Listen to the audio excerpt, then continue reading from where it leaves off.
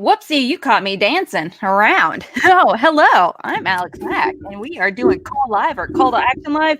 I'm not sure yet, but that's okay. What's up, Paul? Not much. Good to be here.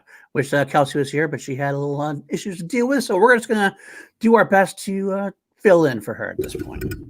No one can ever fill in the holes in our hearts when Kelsey is gone, but that's okay. We're going to try today. We're going to do our very best. We're going to try.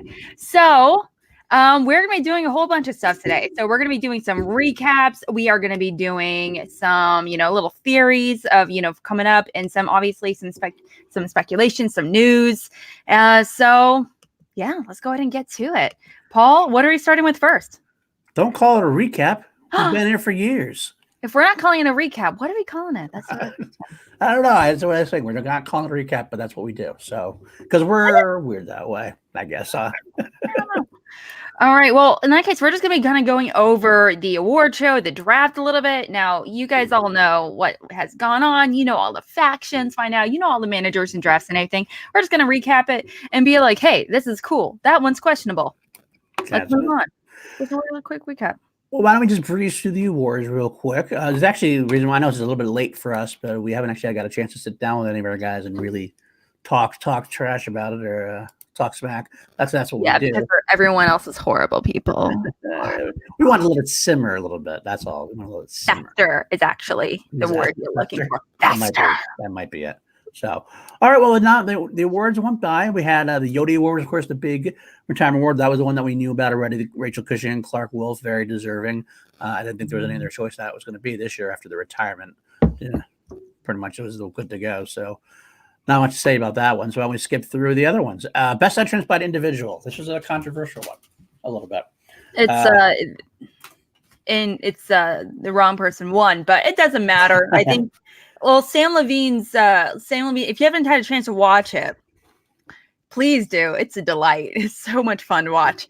But Sam Levine, when he was it was Rocco won best entrance of the year for his bronchitis situation. Sam Levine just came up. That's why I win an award now, right? That's all it takes. That's all it takes, right? Well, and we had this talk on Schmobase already last week when Rachel and Chance had their moment about it. Oh. Is John Rokas the winner of this award? Is it an entrance or is it a moment? What were your thoughts on that? I mean, I understand both arguments. Harloff says it's 100% an entrance. However, if it is an entrance, it should have been a team entrance because that was part of Merle. It was for a team match, not a singles match. And also, there's quite a bit of hype coming up from, on Merle's end as well. So it's definitely a team effort. If that's your argument. So he should have lost either way. Our own Jeremiah Morris, Action Army General, did bring up the point that it should have been a singles entrance, and that was the one that really took hold, I think. It should have been a team entrance, not a singles entrance. Mm-hmm. So that's the argument that should have been made. I actually happen to agree with Christian in that it is a entrance only because it is a very old school WWE entrance. And it's also okay to be wrong every once in a while. So let's moving on. The real winner is I heard Jim Ross. Alba. I heard Jim Ross in my ears, the old wrestling announcer. By God, it's Roka's music. What's he doing here? Kind of thing. So I get the point of it. I do get it at the moment too. Greg Alba was funny as hell, but I wonder if he lost also partially to recency bias in a way, because it was so long ago. I guess it's anti-recency bias. Are you saying that is a contributing factor to votes? It might be. I don't know. Well, Chris is actually arguing against us. Chris is saying that's the team wasn't entering, though Rook was entering as a single individual without Dan. But Chris, I would argue. I'm misremembering if that's the case. No, it is the team entrance. Chris. It still is part. See, I would argue it's still part of the team entrance. It's still the founding fathers, and Dan had a lot to do with that entrance because he was. In that case, would you say faction entrance? It was even almost more of a faction entrance rather than anything else. But is that going to be a new? Is that going to be like a new award? Faction entrance. Dibs would love that. He'd have a chance to win in three categories. Can you imagine? Can you imagine what he would plan for a faction entrance? That'd be so cool. Carla, please listen. If you make that an award, that would go nuts. That's very true. Again, the real, honestly, I understand the argument. Cool, awesome. However, the real winner should have been Alba. I mean, that. Alba I don't like that movie. However, Alba. I personally loved the Andrew DeMolanta entrance, the X-Wing entrance, because it was so technically competent and everything. That was Very kind of a true. cool thing Love too. that one as So, well. And he did it like all by himself too. yeah. And also, So amazing. so I agree. I think there's a lot of good chances. I mean, John Roca winning, I'll let it slide for now at this point because I did like the entrance itself. I did like the other ones better myself. But we move on from there to the team's entrance. And Shazam winning for the pretending that they are announcers. And I was so glad that this one won because if for nothing else, I want to see Bibbs get an entrance award. Because after some point. because he deserves it so much. He puts so much energy, time, everything into the entrance, even half as much as he does at the trivia. So I give him something for Christ's sake. And he does it so consistently as well. And it's entertaining. Like I mean, that's definitely it's definitely, I know some people, it's just not like part of, they don't really care about that. That's totally fine. However, for Bibbs, that is just as much fun and important as the actual trivia aspect as well, which I appreciate. I can appreciate too. I think that actually was funny. It's so much a part of his entrance that some managers were considering saying that it'd be almost a little hard to draft him because he puts too much energy into it. Oh, I'm sorry. I always love you, Sadie. Love you, sorry. And how can you put too much effort into something? I think it's because they were afraid it was going to be to the detriment of his trivia studying and trivia knowledge. I don't know. Have you listened to his podcast, dude? I mean, that is the amount of studying the man does on a regular basis that's not specific to Schmodown is obnoxious. Absolutely. It's on another level. By the way, it looks like all the people who are in here are saying they were also voting for the X-Wing entrance. It looks like so that got a big. That's fair. Too. I do not blame you. It's amazing. Yeah, so you're all wrong, but no, just kidding. All right. Well, moving on from that, we had the Inner Geekdom Star Wars Player of the Year. Now, this was an interesting choice. I mean, we had Rachel Cushing, Alex Damon, Chandru, Kalinowski, or Smets, with Smets taking it. I think it obviously came down to, at least for me, it came down to Smets versus Damon. Because, I mean, Damon is so dominating in his division. He plays like maybe 2 matches a year, though. That's the key of it. It's not the division, especially last year, was not a very strong one in terms of time played and everything else. Whereas Smets lit the world on fire for the most part. He literally, so when he when he during one of the live events, Luke's and I got married on that day of the live event. I literally snuck away from my reception to go to the bathroom and watch the match. That's my girl right there. People were asking, "Oh, is anything wrong?" No, I'm sitting on the toilet watching the match. People start knocking on the door asking if I'm okay. Go away! People are in line, and I'm like, priorities here, people. So my favorite competitors are playing. That is funny right there. That's commitment that I can take. It was a wonderful one. But yeah, I totally agree. It was definitely came down to those two for me as well. And it's just like personal preference. Who you enjoy more? Who do you find yourself really which league you love more? Sure. Jerry saying Kalinowski, and I can see the argument. Kalinowski definitely had a big year. Huge year. Huge. But I think that I think Smets, with how he had the storyline and how he KO'd KO at the end of the year, kind of solidified that for me. Mm-hmm. Chandra did great too, though. Chandra did great. I think he was a good nomination.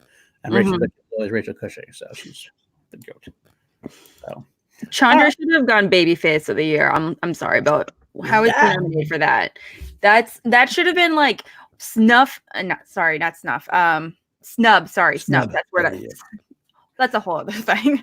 Yeah, he wasn't even nominated. He wasn't even nominated for it. Babyface. Why was that a thing? I can't believe he did. I wouldn't think he was nominated for that. Although I will say there is a low key tweener thing going on. Every once in a while, I think it's how he responds to the heels. Like when Hannah goes after him, he'll respond with some zingers in there. I wonder if that took Yeah, out the because babyface faces aspect. don't give zingers. Well, it's because they're more tweeners. It's like Ed Bateman tried to do. No, Bateman tried Andrew to do. is not even a tweener. He's a full-on face. Saying, "Hey, you're going down, and I'm going to work really hard to kick your ass," is not it's not a heel or a tweener thing to say. It's just saying, "Hey, I'm going to work hard." It's the way you say it, though. Sometimes you kind of had the sassiness, this extra added sassiness to it, No, where it became a little more of like a. okay, give me an example of a solid tweener versus a solid face. In the Schmodown? Alice is correct. Is like agreeing with me. In the Schmodown? Mhm. Kalinowski, or not Kalinowski, I'm sorry. Bateman is a good, solid tweener right now. Yeah, He's he a was tweener. nominated for Face of the Year for our He baby. should not have been year. nominated for face No. because he's not. He can't be a face. It's I fake. love Ben Bateman. Cannot be a face. Was that a typo? The That was kid, probably a typo. the kid who won, is a true baby face. Nice the entire time. 100% agreed. So even like everything he said was like, excuse me. He is everything he did. He says you're nice. He always respects everybody. There's never any sassiness or digging to his comments. It's always Chandler's does that exact thing. No, but Chandra, I should go back and find these clips for you because Chandra would definitely throw shade left and right here, especially at Hannah. So Bateman is pure evil, according to Jeremy. I wish he was pure evil.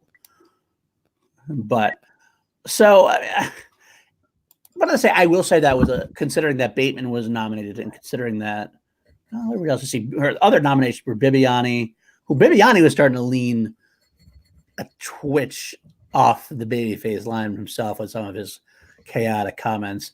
I felt he did he's doing the whole nice bad guy thing.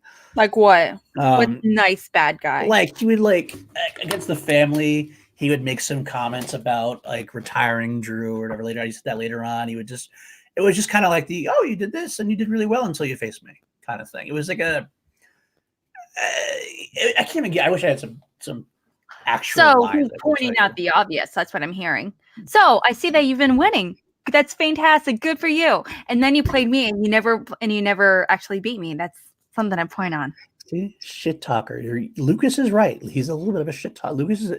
Chandra's a bit of a shit talker. Okay, so is everyone. Merle's a shit talker. Brendan Meyer's not a shit talker. Merle is totally a shit talker. Merle's a little bit of a shit talker. Okay, we're going off topic. This needs okay, you know what? Let's make this a whole other video. We can just go on and on about these nominations. How they're so incorrect. I will give Mariana points there. Throwing shade at Hannah is probably the most babyface thing you can do. That's true. Mm-hmm. Would Janine be a tweener? That's a good question. I think Janine is definitely more of a tweener. She likes to be the heel. Yes. She wants to be the heel. She is happy to be the heel. I think she can go either way. Obviously, it's it's frustrating to me. Like Silvestrini or Stacy or Janine or anyone. A lot of them are associated with some of them being heelish, mm-hmm. And I don't feel like a lot of like when Silvestrini when they lost with Inky and the Brain. Mm-hmm. Like, no, she's not turning heel. A lot of people are saying about her turning heel. Like, no, she's not turning heel. She's pointing out the fact that Devon lost his shit and they lost because he couldn't keep it together. And she was trying to coach him the entire way. That's not heel behavior. That's her being like, you need to get your shit together. I'm here to compete and you're clearly not. I'm going to thank Jake Yakavetta right now. Jake Yakavetta, when Chandra told Hana on Facebook, I'm not the one who got knocked the fuck out. That is a tweener. That's not a baby face. And yes, Robert, we're talking more Chandra versus Hannah T. Because low key, again, once again, I will say this, I've said this a million times already, but Chandra and Hannah's rivalry is like my favorite right now. I cannot wait for the next big rivalry. I wonder what rookie. Can you imagine the big rookie rivalry? That's Robert Parker. I'm excited to see who you are excited to go against in particular. Like any of the rookies in general. Well, Robert and Hannah have already started chirping a little bit at each other already too. Hannah wants to take on everybody. Okay, Hannah is sure. Okay, that's fine. Yeah, we already know that. But I want to know more about more rookies okay. that I don't know about. Mm-hmm. I want to see if any of them If I can draft my fantasy league, because Call to Action's doing a fantasy league, guys. Check that out. Heads up. Yeah. Anyway, because I We don't are. need points, guys. I don't want to be in third place again. It makes my soul That hurt. is true. I'll announce that now. We are doing a full on, now that the rules have been submitted and everything else. 10 out of the 11 of us, Kelsey didn't want anything to do with it, but 10 out of us are actually involved in the draft as we speak, and we'll hopefully be updating you throughout the year to see how much I win by. Yeah, I said it. Paul, Right. I love you. You're like the big brother I never had. So when I say this, I say it to the big brother I never had, because I only have a younger brother. Eat shit, Paul. Oh, that's what we're going with. Eat shit, huh? Eat shit. Eat shit. I'm gonna annihilate you in this fantasy league. It's gonna be. You keep talking. You have a lot of talking going. Season. It's gonna be a new era. A lot of talking going on. Daddy. And Jerry, you shut your mouth. You beat me by 0.94 in football this year. 0.94 points. That's right. That's something else. That's let's just keep going. We keep going on topic. Keep going. We're a little tangent. Let's bring it back. We're bringing it back. We're bringing sexy back. The next show of the year, our next show was Upset of the Year. That's the next war we have to go through. This is a tough one for me because Crimson Fury beating Loose Cannons, Stacey Howard beating Mark Riley, the Looney Bin beating Time Machine, the Odd Couple beating the Shire Wolves, and Polyama beating Dan Merle, with the Looney Bin beating Time Machine being the winner. I can't argue against it because I didn't feel any of these were true upsets to me. Honestly, I feel like the biggest the biggest like surprise win of the year was actually how Stacey versus Riley. To me, it's always Stacey is always one who can be a winner. She always has these. Sure, but you can say that about any of those teams. Loose Cannons could have always won. With the Looney Bin. I mean, they could have always won. To me, there was never a obvious winner going in through. But even if you were looking at the drafts, like all the league drafts that everyone was doing, 95% of people of their brackets had Riley going through to the finals at some point. And she is she needs to be known as Stacey the bracket breaker. That's true. I mean, I do think it was an upset. I just didn't feel it was the upset of the year because I felt like we saw it again. I felt we saw it again when she beat Mark Ellis the year before. It just seems like it's always the way with her. And that's true now. Yeah, she's very hot and cold. When she's good, she's great. When she's bad, but you can say that about a lot of competitors. But all the other teams, they were already so close as it was. Like, there's no teams in particular that was obviously the winner. Yeah. You know? That's a good point, too. Loose Cannons did have Crimson Fury dead to rights until 3 ninjas happened. Yeah, they were always already so close. So it kind of made it moot. It didn't feel like a real, real win or loss. Well, I mean, they obviously won and lost. But I mean, same time, it's. I guess at the end of the day, I have to say, I'm not upset that Looney Bin won, but I guess I wouldn't have been upset if any of them had won or lost. The only one I would have been. Don't go all the way. The only one would have been Paul beating Dan. That's the only one I wouldn't have liked because Paul had already done very well so far, and it's just I wasn't surprised that Paul could beat anybody at any time because that's how good he is. So, hi, Kitty. Action Cat is talking. All right, moving on. This was the easiest one for me to vote for. I don't know about anybody else. The Podcast After Show of the Year award. Thank you. I want to say thank you to everybody out there who did vote for us. On a serious note, we all worked our ass off really hard this year, and we really appreciated getting this more than you would possibly know. But of course, this is going to be open to a bigger pool next year. I've already seen podcast. I'm already terrified. And Najima Lana's got one coming out. The FinStock Exchange has got one coming out. There's all sorts of new podcasts popping up, and we're going to have a long hill to climb to defend. But defend we will. But I will say, since there's especially in the chat, that was the snub of the awards, having the Cinefanatics not being nominated at all. That was honestly, I do feel like they were snubbed. I mean, but that's fine. Regardless, yeah. Yes, Well, thank you. That's fine. They are rigged.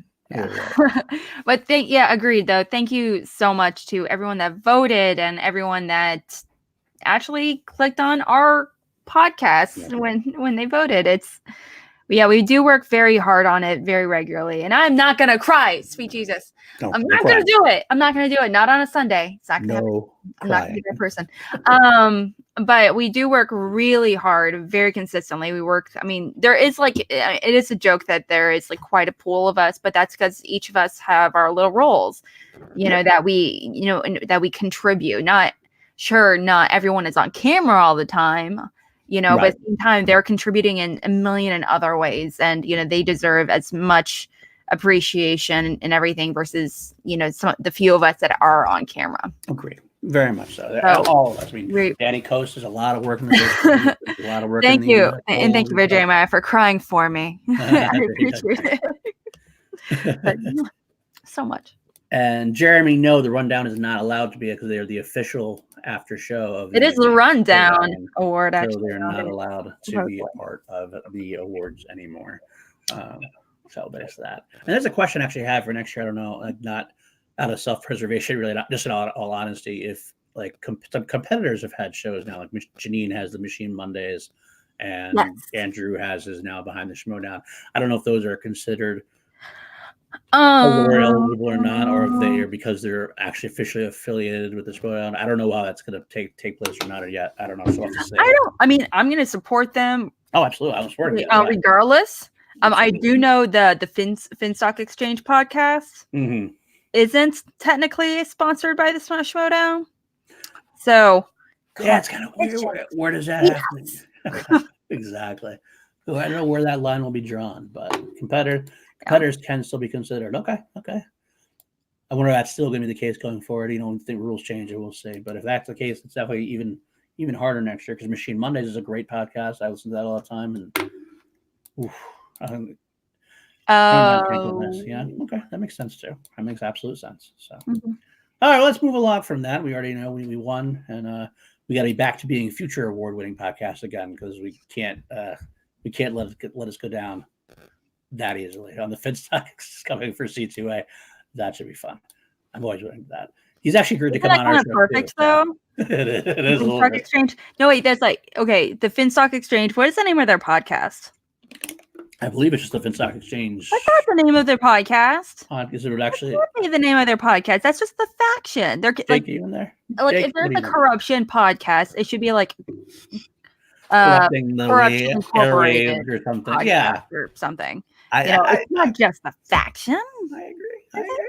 Anyway. The Finstock Exchange podcast, I think, but we'll have to see. I'm excited to listen to it. I've heard nothing but really great things, and I love Larry. Larry's hilarious and wonderful. Yes. And he just got married. Yeah. So congratulations to them. Yes, indeed. Right. Moving on. Manager of the Year. Of course, Dagnino won this over Barbara Meyer Burnett, Kaiser, Knapsack, Roxy, and it's called a Finstock. It's not called a Finstock. It's called a Finstock. I stand corrected. Thank you for that correction. It is not called a Finstock. It's not called a Finstock? It should be. That's a great name. Changing this should have called a corruption. Oh, that's just not good. That's just not good. Oh, you guys are weenies. Chris Adams is calling us out now. We love you so much, but now he's coming for us. All right, we get it. I get it. Chris, I see you. Boo boo. Well, back to manager, I think that Dagnino had this one once the spectacular wrapped up and he had Founding Fathers as champions, he had Ben Bateman as champion. There's no one else who could have done it at this point. Kaiser was close. If Paul Oyama had won, it would have been more interesting to that vote because then you have Spets. I totally agree. Oyama, but in another reality, he did win, and that doesn't matter though. Roxy's low key. I think I want to see what Roxy does this year now with a full complement because Roxy did so great with who she had, but who she had was just Jeff and Mark. And that's hard to do with just two people considering everybody else had 3, 4, or 5. So, all right. Let's see. Next, babyface team of the year. Not the babyface of the year. Babyface Shazam. team of the year. Shazam, again, because it had Brendan Meyer on it, who was the babyface of the year. That made absolute sense to me. None of the other ones made sense to me at all. Obviously. Go ahead. Okay. Founding Fathers, Paddington 2, Shire Wolves, and Wildberries. All good teams, but Shazam was the most consistent and most consistently babyface. So we'll skip on beyond that. This was actually one for me. The heel team of the year. Corruption. A couple I want to talk. Corruption wins. Of course, as I should. Over the family. I stand by what I said. Oh, see, there's the thing about me. This is why the argument I have to make about this. Corruption had Mike Kalinowski, who was not a heel. He's a tweener. He tries to be a heel, but his best work is always going to be as a tweener. Same as McQueenie. Okay. But McQueenie doesn't know. But I think everybody knocks McQueenie because he's not a heel or whatever. But I don't see McQueenie's character as being anything more than the silent muscle. He doesn't have to be good or bad to be silent muscle. He's like a tween. He's just a big guy who stands there while Drew Guy gets to run around making the heel comments.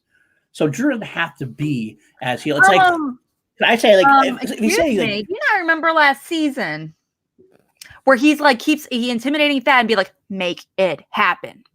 That's true, and that's more heel than anything. Yeah, and it was like, I keep breaking partners. Weird. So you're making There's so many ways to be like maybe he's not an aggressive heel. Absolutely. Maybe he is a strong styling kind of heel, such as, like Video Drew's low key a heel. She's like, oh, I can't wait to slice everyone's faces up. I can't wait. Well, you're making my point for me though. That family, because I think Mike Kalinowski, here's my cat again. My cat wants to be on screen all day long. Is that Andrew Guy and Drew McQueenie were more consistently heelish than Corruption was. Mike is a tweener. Chance is a tweener, if anything. Alex, I can't hear you. I don't know what happened, but you're muted all of a sudden. Hear me now? I can hear you now. Yes. See, that's why I think God himself just smited you down and muted you. If you want to hear it, he disagrees with me. But yeah, so I totally agree. But I mean, like the family, I think they had a lot going on. But I feel like Corruption had a bigger story arc this year. They were more dominant consistently throughout the year as a heel combination versus the family. They're definitely a rookie. I mean, they're definitely a rookie team. However, they didn't have as much of an arc versus Corruption. But is it the argument the storyline of the year, or is it the heel of the year? Who is more? Yeah, but that contributes to the whole heel storyline, though. I can see that as a point, but okay, it's moot point. We're going to move on. It's all good. Right. Well, actually, one more thing I do want to add is that I hate the people out there say the movie guys were not a heel team, because they absolutely were a heel team. I never thought of them as a heel. But exactly why you're talking about different kind of heel. But their video before the draft and everything. Yeah, once someone told me they were a heel, I was like, I never thought of them like that. I just thought of them. I was like the fun guys. Lucas, you low-key slay me every time. I think you talk about when your mic was off. Babe, I love you, and you're my favorite. But eat shit. I love you so much, knowing that you're in the next room watching this. But eat shit, babe. Well, guess we'll digress. We'll leave it open there. I still think the family was more of a heel team, because Drew is by far the heel of the year. And I agree. We'll get to that too. Actually, he won heel of the year, which makes sense. Well, actually, skip that. We'll go right to heel of the year, which is the next topic. The heel single person of the year, and it was Guy versus Burnett, Hancock, Kaiser, and Kalinowski. There's no doubt in my mind that Guy was the heel of the year. This is true. This is why I didn't associate it with heel behavior. It's just so normal in my household. True enough. Just protein powders everywhere. We don't have an island anymore in our kitchen. We just have blocks of protein powder. Huge vats of it, just everywhere. I love it. Everywhere. Okay. Odd Couple, I know, is nominated though. You said. Well, that was for the team. We moved on to now just the single heel of the year. The Odd Couple was the other player in the heel team of the year, and they're a great heel team. Roxy's a great heel. Schneider's a great heel. She's not a heel. Oh, she absolutely is a heel. She slapped Explain to Ben me why Bateman, he's a heel. slapping Ben Bateman in the face, giving him the flipping on the bird. He pulling over deserved Drew's it. side. He Well, he deserved did. it. Well, absolutely, absolutely, he did. But that's the heel side of it. If I'm gonna if I'm gonna Kissing give guy, someone being that with guy. deserves it, the bird, that doesn't make me a heel. No, come If on they now. deserve it. But that was when Ben was trying to be a babyface. If you slap a babyface, you're pretty much a heel. That's pretty much what it is. No, they deserved it. And Roxy's got wit. She's got fire. She's definitely a heel. Definitely. Just because someone has fire doesn't make it doesn't, or if that someone has fire or is sassy doesn't make them a heel. Thank you, Jerry. Thank you, Jerry. How many faces slap people in general? Let's put it that way. That's a very personal question, Jeremy. How dare you? And also, I'm an esthetician, so I'm like low key like slapping people all day. Chris is a great point right here. The only reason Christian is trying to turn guy face, which it seems like he's trying to do, is the same reasoning that Rundown can't win the after show. Because if you have guy in the running, he can't win heel. Turning face, guys. He's turning. I think Christian wants it. No. He's gonna go tweener. He's gonna go tweener. I don't want that to happen. Not only that, but right now, Shannon might be heel of the year 2020. Iconic. Unless Drew steps back up in the heel side, I think that's what's going to happen. But agreed. All right, moving on. New team. All? Oh, I have so many awards. Keep going. Almost there. New team of the year, rookie team of the year, basically. Family, Looney Bin, Movie Guys, Shazam, and Time Machine. Shazam won. They deserved it. They almost won the titles. They had a great run. I have nothing to say against that. So. I also feel like I love the family, but I also think Looney Bin was definitely in contention as two rookie players forming a badass team that already has a huge fan club. Right. I mean, like, do you want to see a dead body? I mean, it's everywhere. That's true. It's everywhere. They were like low key one of my favorite parts of being in LA. Oh, they were awesome. In December. They were awesome. Like, they're pretty wonderful. If I can put that across. Okay. Yeah, they were wonderful though. That's true. If Guy tackles Shannon, he might reassert himself as heel of the year. I'd love to see that. I love to see how they would coordinate it. Behind the scenes stuff. I would love to see that. So you're gonna tackle here, and I'm gonna move my shoulder this way. Gonna give a twister going. All right. How about rookie of the year? This is a very heated category too. It came down to basically because Tom hadn't been there long enough. Paul and Brendan had good runs, but it was basically down to Smets versus Oyama. And I hear a lot of people keep fighting for Oyama, but I think the right person won in Kevin Smets. What do you think? I understand absolutely. I personally voted for Paul. Mm-hmm. I understand completely. It was just like they both deserve to win. But it's Kevin Smets. I mean, obviously, he just knowing his whole backstory as well definitely contributed to it. You know, he wasn't able to get in when he initially auditioned, and then so he had to like amp up the setting process, and everything really contributed. But to me, it was Paul. He came in like a rock star. He's a defending belt holder. He defended it and successfully, and that's like unheard of. I mean, he's 6-1 now. I mean, that's unheard of for any rookie in any of the leagues. That's bonkers. Okay. I'm going to pull this out here and say, this is why I put this out there a few different places, but this is why Smets beats Oyama. I think Smets is 6-1 too, or else he's 5-1 or 6-1. I can't remember. I get it. Which. Yeah. You're right. They both have the identical record. Though. They have the identical records, but let's face it, So yes, Oyama, I did defend the belt once, but it wasn't a great defense. It was a barely get by Jeff Snyder in New York. And Smets won completely snowballed over Kalinowski. Okay. That's the thing. Here's the thing. Let's look at the two. They both had one loss on the year. Smets barely loses by a little flub that he probably should have won the whole thing. Also, Oyama got knocked the fuck out. Okay. knocked the Shit fuck happens out. every once in a while. That's So what I'm saying. what's the Comparing somebody point? who's that quick, Smets had 4 KOs in a league that has 10 KOs lifetime in history. There's been 10 KOs in a I league. don't Smets has care. almost half of I them think that's in this amazing. year. He's immensely talented and knowledgeable. No one can take that away from him.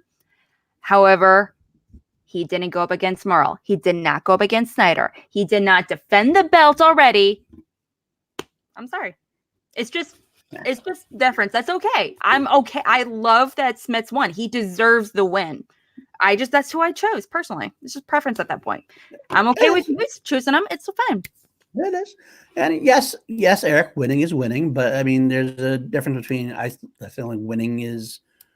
I think Smets won more. Smets won more memorably than me by far. I love Polyama. Don't get me wrong. I think Polyama is going to be a force in this league to come. I'm grateful he has done. He did what he's done. But over at the end of the day, I still think the right person won. I'm happy it's Kevin. So, okay. Yeah, totally.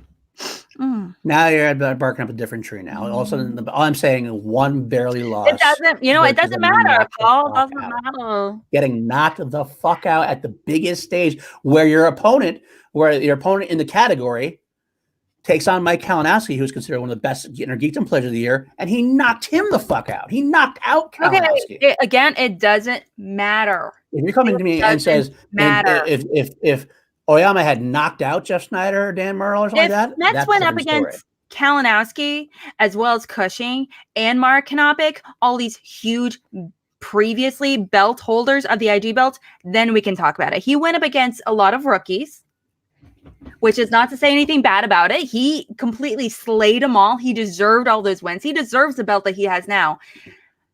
Oyama went up against, arguably, he slayed, don't get me wrong, some of these older players, but he went up against previous belt holders.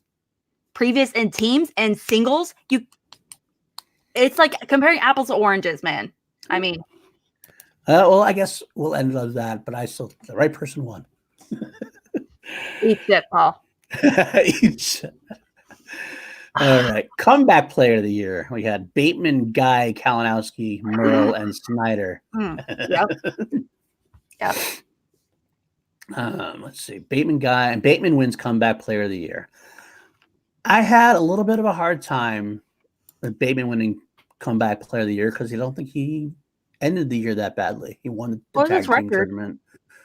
I'd have to look back on it, to be honest with you. I think it was prior to this season. Just one. All I remember at the end of the year when he had the Who's the Boss lost to the Shirewolves, but they won the tournament. So I have a hard time with someone winning the tag team tournament and then getting comeback player of the year because he didn't obviously do that. I don't remember him doing particularly bad. I remember him talking about it like he did really bad. I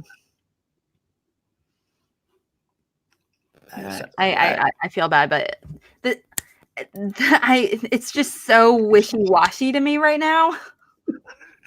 It's like I literally thought, I was talking to Lucas like a few weeks ago, and I literally thought Shirewolves retired last year. I gotta be honest. I was picturing it like last season, and I was like, when they retired like last season, and he's like, "You mean the summer?" And I was like, "What?" And I was like, "Oh yeah." I got fooled a little bit of that too, to be honest with you. I got fooled. I was like, I at least thought it was at least like March or beginning of this year. I know it felt so far away. It's so much in so little time has happened, but yeah, I would have said the comeback player of the year. My vote would have been for Kalinowski. Because Kalinowski, that would have been, I think so too. I feel like the idea of like a comeback player of the year also kind of means that they played really shitty all around last season, and I don't remember Kalinowski playing particularly bad. I don't remember it, but feel free to refresh my memory. I know a million times. He bottomed out. I think it actually was the beginning of this year. I think it was the first like when he had that triple threat match. Yeah. And he got knocked out. I think he got. Yeah, he was up against Rachel and JT. Roca. Or is it? No, I thought it was Roca. Remember when he came in with like the muscle tee and the I can't remember. toothpick? I should have done this research, but I just remember either way. I remember it was a triple threat, and I remember that he got squashed. Yeah. And so that was where he was at his It was lowest pretty rough. point. It was pretty rough. He took it very personally, and I would too. Right. I do think that Snyder was definitely a really great discussion for comeback player of the year as well. I know he's actually who I personally voted for. Yeah, no, he absolutely. That's definitely a very valid choice. Considering where he was, and he was like saying, "Hey, I just flat out want to retire." Thankfully, Roxy was the one that kind of brought him and be like, "Hey, you know, you deserve more than this. You're better than this, and you know it." So we have all the love to Roxy for sure. That's right. It was Rachel and JT. That's what I thought it was. Okay. Okay, Rachel and JT. Perfect. Thank you for the correction. Thank you for the confirmation. And would Mike consider a comeback player this season if he didn't lose both belts? This season, as in 2020, I don't think he can consider a comeback play. Well, he lost both belts and ended in such a tragedy, but I mean, he still had such a great season before that. He still won them only like a few months ago. Yeah, so I don't know if I could say that he'd be a comeback player this year. Although he would have a comeback coming back from the tragedy of the Spectacular and Orlando, but I don't think you can make a case of the year for that. But I don't know. But here, next year's coming back. Yeah. Janine, Ethan, JT. Ethan lost the belt. Well, he lost the belt in the beginning of the year to Dan, and he never regained it or anything. So he never really hit any heights after that. I mean, but did he play bad? I don't think he played bad necessarily, but he never obviously got back into the like heavy or anything. So I mean, they didn't play bad. I can understand. I can definitely get it. He lost Rachel and Janine. Yeah. I don't feel like Janine played bad either. Rachel, however, she has nowhere to go but up. Right. That's all I can say. And I would. She knows it. And she's like very vocal about it. Let me just say that Rachel, I think, does. It's hard to give her comeback player of the year, if only because her losses have not been on her. Like her loss with Inky in the Brain have usually been. I'm thinking of like when she went up against Paul Preston. Yeah, or when she went up against Roca.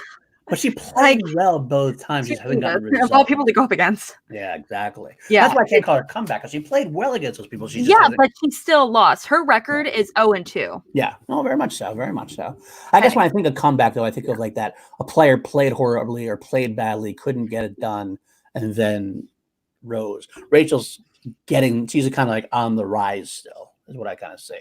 Yeah, I feel like she's an amazing player. It's just like, she's going up against these really, really great players like right out the gates. Like I do wish she went up against someone more on her level. She thought that might have been Preston. Mm-hmm. I mean, I honestly feel like her and Preston are definitely like right there. Mm-hmm. He's just been, a little bit luckier for sure. Okay. But we'll see. We'll see. Let's see. All right. Let's move on to moment of the year. This is where Roca got nominated again. That's the funny thing. Roca just got nominated as a singles entrance and as a moment. Should have been either or, I guess, but it doesn't matter because it lost. The other ones were obviously Bibiani winning for the free for all, Atchity for challenging his own win, Bateman for winning the singles tournament and the title the same night, and then Rachel beating Mike to become double champion. Bibbs winning, I can't argue against that. That's a phenomenal. I mean, it was a phenomenal. You want to see him win at the end. I kind of felt bad when Dan 100%. But I did like Bateman winning both. I felt that. I mean, maybe it's because I'm a little biased in terms of I've seen how hard Ben's tried since he's been there. Of course. Seeing him finally get the belt was like a weight off his shoulders. So it was a big moment. But that might be more for Action Army than for the general crowd comparatively. I don't know. Yeah, we didn't get a shout out at all. That's true. You never know. Of all the opportunities to say thank you, Action Army didn't come up once. But Drew mentioned us in the video earlier on. Any opportunity we can get to bust Bender.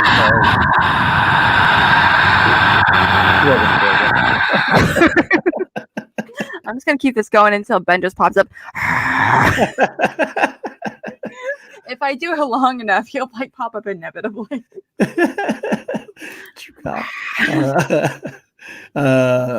You know what? Actually, and we're talking about the draft. Saul actually brought something in the chat, which I've thought about this myself. Roxy has not addressed the fact that her number one pick said over and over again that he was going to play for Sam Levine. And like, I wonder if that's going to have anything to do with Jeff Snyder kept saying, he didn't say he wanted to play for Sam, but Jeff Snyder the whole time kept saying that Sam was going to take him number one and Sam was going to take him number one. Okay. I'm going to drop some tea right now. Okay. So we went out to, say a whole bunch of people. We went out to the thing right after the whatever saddle place, right? Mm-hmm. Okay. Yep. So I'm eating my loaded potato thing pile, queso and onions. Anyway, I'm like, I end up sitting next to Jeff Snyder and we are chatting it up for like a good 15-20 minutes. Okay. Just him and I one-on-one. And I asked him flat out, I was like, hey, I noticed on social media, I feel so cool bringing this up. I'm like, I might as well have been like the neo-noir, like smoker chick in back alley, be like, I'm so knowledgeable. I felt like that. Cool. Valorant, thank you. I noticed on the social media as you, oh, shove it, Robert. Okay. But I was like, hey, I noticed on a handful of different groups, you actually posted saying that you would love to be recruited by R&B and by Sam Levine. Because for a very different reason. So you said specifically, and I actually brought it up, I screenshotted it. And I was like, you said however many weeks ago, I'd pay to be in the Burning Droogs. And he's like, yeah, I told him because I responded to him being like, Roxy would be very interested to hear this. Right. Because that was my direct response. And I don't know if he deleted it or whatever it may be. But and he said, well, you got to keep it funny and interesting up on there. Huh. You got to keep the fans, keep them guessing kind of thing. And I'm like, sure, bud. Okay. Oh, okay. That's interesting. It's like, I love Roxy. I love training with her. I don't want to be with, I can't imagine being with anyone else. However, if they drafted me, I'd be pretty curious to see what would have happened. Okay. Mm-hmm. All right, fair enough. Okay. That is interesting. I don't know if Roxy has ever responded to that. Maybe she should. Maybe she, but maybe she doesn't care either. Maybe she just is happy that they're there, and that's enough. That's enough for her. Yeah, like clearly she does work well with them, very, very well. Yeah, maybe his confidence has definitely gone a lot better since then. It's been a whole year. It will be very interesting if JTE is playing more with the whole JTE Snyder, Mark Andreyko, like little three-way technically. Then they get to break apart the odd couple and put the Patriots back together at some point. Does that work? I don't know. I don't know anymore. Good job, Lucas. I saw you. I got you, boo. Good job on that. He's bringing me some water. Of course he is. He's a good guy. You got yourself a good guy there.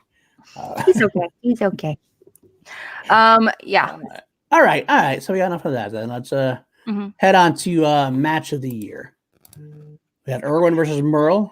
We got Founding Fathers versus Corruption. We got Kalinowski versus Cushing at the Throwdown. Which Defenders versus Corruption match? The one in Orlando where the Founding Fathers won. Oh, that's a great match. That was a great match. Okay. Both Kalinowski versus Cushing matches. Kalinowski versus Smets. Corruption versus Shirewolves. The Looney Bin versus Time Machine, and then Shazam versus the Movie Guys, which I don't remember. I remember that being a good match. I just don't remember much about it, if that makes sense. Yeah. I can't remember. I haven't watched it. I should go back and watch that one. But the one that won was Kalinowski versus Cushing at the Throwdown, which to me was well deserved. That was the big Cushing win, and there was nothing that you could take away from that one. That one was edge of your seat. It is interesting to note. Shannon noted it, and as much crap as I give Kalinowski and talk shit to him, he is involved in, let's see, 1, 2, 3, 4, 5 out of the 8 nominees of match of the year involved Kalinowski. You got to give him credit for that. I'll give him his presence. He's been so present like throughout so many leagues throughout Throwdown. And he's dominant in all 3 of them. So you can't really deny, even though he lost all his belts before the end of the year, I really do feel like it was his season. Yeah, I mean, definitely, he was a large part of the season. Huge He didn't begin storyline, it, matches, didn't well, all didn't end of it it. well, but he had a great Him and middle. Shannon and Grace. Shannon's ascendancy has been amazing to watch, especially considering she didn't want to really be a part of it back in the day, like the first part. I remember when we had her on Chilled Action, she was still being like, I don't know. I mean, she was, I know, at that point, but it was a little bit before that. She was protesting that she didn't want to be involved at all. Okay, sure, but I'm still like, I'm sure she was on the fence a little bit, but she was definitely leaning towards it at that time because she was actively helping training Kalinowski. She was actively, remember, like when he was, like where he would be like, actually, I'm training to learn this, and suddenly Shannon was like, oh, Mike, shut it off. Oh, I think she's definitely been involved with Kalinowski, like as far as being in there for a long time. I just mean taking the actual steps to being an on-screen. Yeah, even so, I know Emma, for example, her and Grace told me when we were over in December that them coming together has been being planned since this last spring. Okay. So this is not a recent thing. Okay. And Emma said that, she's been in contact with Shannon in particular for a very long time. Now, when she says that, I don't know if she means just a few weeks or a few months. Heck, it might have been an entire year. I don't know. But she said a very long time. So this has obviously been a very active pursuit. Okay. All right. Well, we got Singles Player of the Year, Bateman beating Bibiani, Kalinowski, Merle, and Oyama. That's a very hard category. I think you had to lose Bibiani even though he won the tournament. That was the obvious first cut. But the rest, Merle had a great singles year at the beginning, especially more at the beginning than he did at the end. Kalinowski, Bateman, or Oyama are the three big ones. I think you can't argue Bateman winning necessarily, but I couldn't argue if Oyama or Kalinowski had won either, to be honest with you. Kalinowski wasn't going to win because of recency bias. I think that's part of it. Maybe that will happen to Oyama too. Bateman winning at the end of the year. But Bateman only lost to Kalinowski that whole year in singles, and that was a barely loss. And then he won the tournament and won the belt on the same night. I was happy with Bateman winning. I'm glad he won because I know he worked his ass off as well. So I'm quite all right with that. Oyama was Jerry's there too. And I get that. I get that argument. Yeah, I can. I mean, I really can understand the argument from all sides. So, I mean, I understand the argument more than I do and I don't want to get smashed, to be honest with you. But that's true. So we go to Player of the Year, and this is where Merle wins, which is both singles and teams. We got him over Bateman, Bibiani, Cushing, and Kalinowski. Again, Bibiani, I get, should be nominated but not winning because he never won the belts as far as that goes. Cushing is always Player of the Year, but I think her retirement definitely cut into her because, like I said, you thought it was last year, and I thought it was earlier in the year than it was. So it was hard to vote for her Player of the Year. I'm glad she got nominated though, because when I talked back, she definitely had a hell of a year with the Shire Wolves. And Kalinowski deserves some love too. So I don't know, but can you really argue against Merle after winning the free for all, winning the singles belt at one point, winning the tag team belt? I feel really bad. He won the free for all, but I don't care that he won the free for all. Okay. I understand he won. He worked really hard. It is incredibly hard to do that. It is. And he won. I don't remember that. I remember Bibbs being there from the very beginning, requesting the first pick. Not perfect. I remember him requesting to go up front at the very first one, and him being like, "Nah, bro, I got this. I don't need a bathroom break." That's true. I'm gonna do this on stage for like 3 hours. In a way, Bibbs did cut it with the free for all. Totally. I get that. Real winner of the free for all. He was the MVP. So yes. Well, you know what? We are 50 minutes in. We just talked about the awards, so we should probably. We need to move along. Move along. I got to be up like at 6 o'clock. So we got to hurry up. We got to talk about the draft a little bit at least. Of course. Let's see. Why don't we talk about the first round went pretty much the way we thought it was going to go, I think, except for I was very surprised about Ethan Irwin being the first round. I wasn't. I thought he would have been like a second. I was hoping beyond hope. I want just because I love drama. I love seeing the world burn a little bit. I was hoping that Burnett was going to take corruption. That was my hope. Only for them to like stand down though. They wouldn't play though without Shannon. Yeah, but I guess I got to give Roca credit at one point. Roca said on backstage that he would have drafted Kalinowski and waited him out because he said Kalinowski likes the camera, likes the game, and I don't think he could hold out that long. Like he wouldn't be able to do it. That's my thought, and I wonder if that's true or not. I can't tell. Roca seems to think that he wouldn't be able to do it. So I don't know. I think he could. I think so. He's going home to Shannon every day, so that's true. That's true. But either way, I kind of wanted to see what would happen. Either way, that would have been a nice little touch. I get it. In my mock draft, I actually wanted something to happen. I wanted Sam Levine to take Shazam. I wanted Coy to take Ethan Irwin, and hoping that the family would have been around for Shannon to take. So I would love to have seen Shannon and Andrew Guy on the same team, on the same faction. That would be interesting. They heal. Like that would be there to be no. Can you imagine a storyline where they're like siblings? Shannon and Guy as siblings, and they have to face Kalinowski, who's on a different team. That story just writes itself right there. That would have been brilliant. To be honest, would be awesome. Just give me a job over there, guys. Exactly. I'll write the stories for you. It would just be fan service the entire time. So we had let's see. So Tom went to the Den in the eighth pick. That was a good pick. I think that was not entirely. It was a smart pick. I don't know. Everybody really thought that was going to happen, but the first real big question mark was definitely the Dungeon taking Robert Parker in round 2. Right away. Now we know from what we've heard when we talk to people, Robert Parker is going to be kicking ass this year and probably taking the IG belt if what everybody said is true. I mean, Spence will definitely have something to say about that, but he's going to be a godlike player. But the fact that he's never played a match before in the big leagues, never run the lights, to take him in the second round, like the first pick of the second round, was a little shocking to me. We also have heard some whispers. Mm-hmm. He might be trying some new things. I have heard a little bit about that, possibly. He's, at least publicly, I know he's definitely said he is going to stay in Innergeekdom. I think that might be his case for now. I would be surprised if he goes through Innergeekdom and then decides to branch out.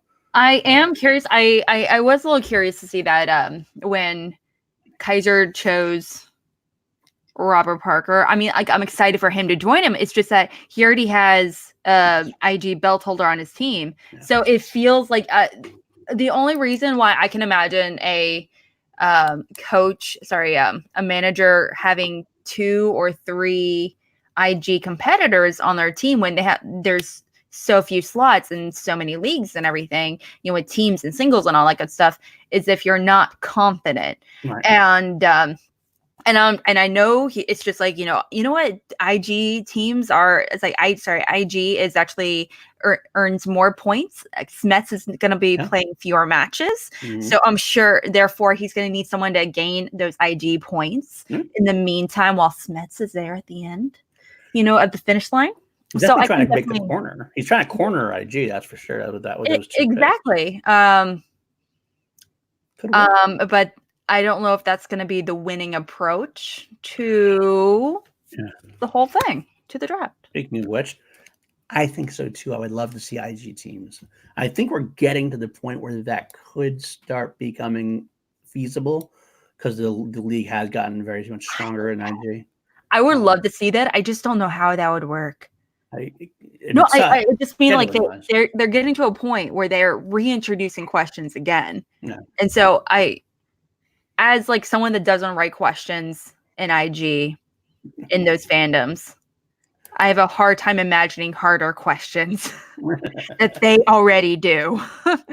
Maybe they can add some new categories. Like I'm still waiting for young adult sci-fi dystopia, sci-fi fantasy. Please let there be like Maze Runner, Twilight, all that good stuff be part of it. So I really want Smets to be forced to watch the Twilight movies. Poor Smets. Smets has to watch Breaking Dawn Part 2 50 times. What did he ever do to you, for Christ's sake? Jesus. Well, they all do. Imagine watching Kalinowski watching Beautiful Creatures with Emma Thompson and Jeremy Irons circa, what was it? 2011. I'm getting some. Divergent, Maze Runner, The Hunger Games. They're not part of it. I honestly feel like those would be solid additions to IG though. Yeah, I absolutely agree with that. I think they could definitely Young adult fit the mold. sci-fi fantasy. It's pretty well. I think so. Mack should have its own slice, maybe just a YA slice. I like that. All right, we got after that. The other thing, Den took Paul Preston with the idea of putting Paul and Tom together as a team. Now that should be a dominating team. Pretty much, I don't see how that's not going to dominate the league. 100%. Yeah, I mean, it's going to be a fun team. I don't know who you could put up against them. Maybe. I'm sorry, I just read Nerd Chronics. Run and hide, Eric. Say with Robert. Those soundtracks were bomb. I don't know what you're talking about. Yeah. I don't know that anyone either.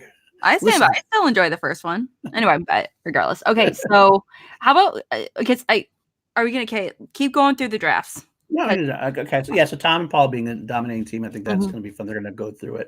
Paul and Lon being another team, which could be good, another low-key good team on the swag squad if they could get Lon to just understand the gameplay a little bit better.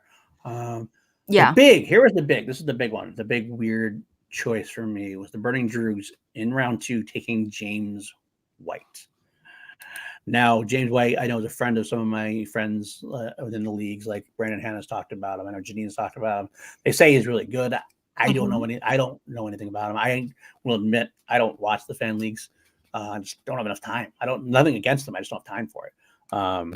So James White being in the second round, it just blew my mind when you had so many other people still available at that point. I mean, you got Janine, you had Mario Kanopik, you had Mark Edward Hoyk, you had Chandra, you had Mark. It's like I chat with Hoyk. I think he's an interesting competitor. I think he's amazing. I chat with him for like a solid 2 hours, just him and I. It was like really weird. He's wonderful. He's so knowledgeable.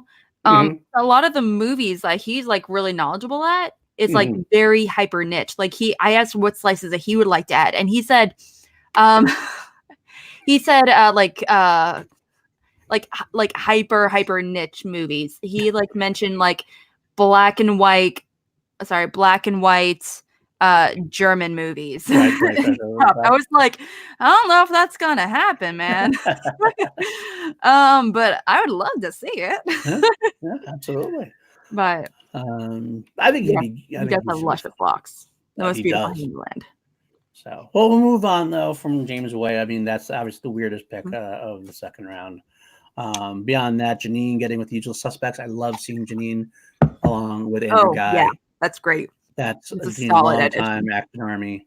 Such a good time for her and for the team itself. We were all C2A. We were literally Danielle, Danny, Kelsey, and we were literally holding each other's hands, being like, "Why the fuck hasn't anyone chose Janine, Rachel, or Stacy yet?" We were like, literally, everyone were thinking the next person's going to choose one of these three, and they kept not doing it. How the hell did Rachel slip down to like the 5th or 6th round, or whatever it was? Like, I can't even like fathom how that happened.